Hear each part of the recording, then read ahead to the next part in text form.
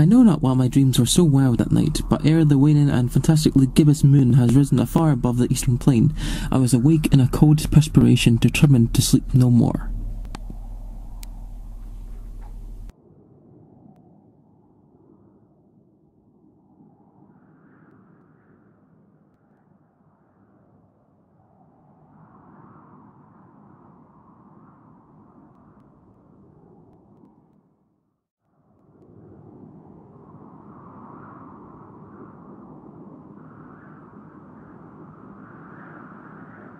Such visions as I experienced were too much for me to endure again.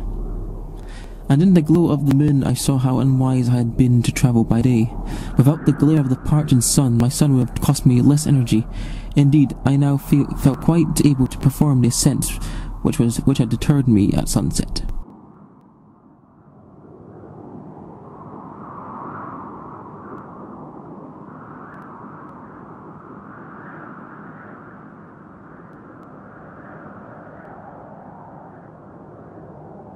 I felt myself on the edge of a world, peering over the rim into a fathomless chaos of eternal night.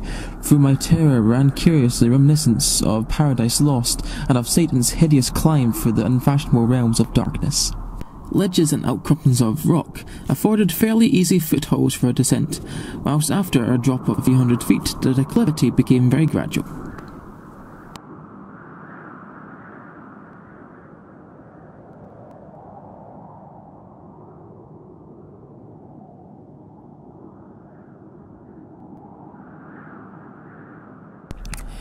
All at once, my attention was captured by a vast and singular object on the opposite slope, which rose steeply about 100 yards ahead of me, an object that gleamed whitely in the newly bestowed rays of the ascending moon.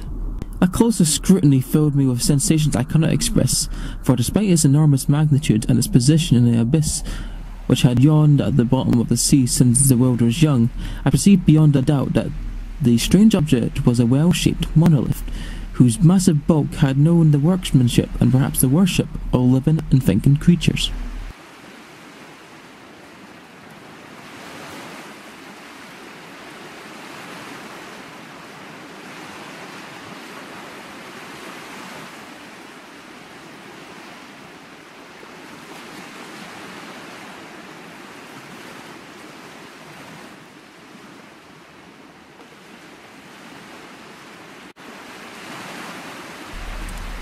I remarked as I say their grotesqueness and strange size, but in a moment I decided that they were merely imaginary gods of some primitive fishing or seafaring tribe, some tribe whose last descendant had perished eras before the first ancestor of the Piltdown or Neanderthal man was born.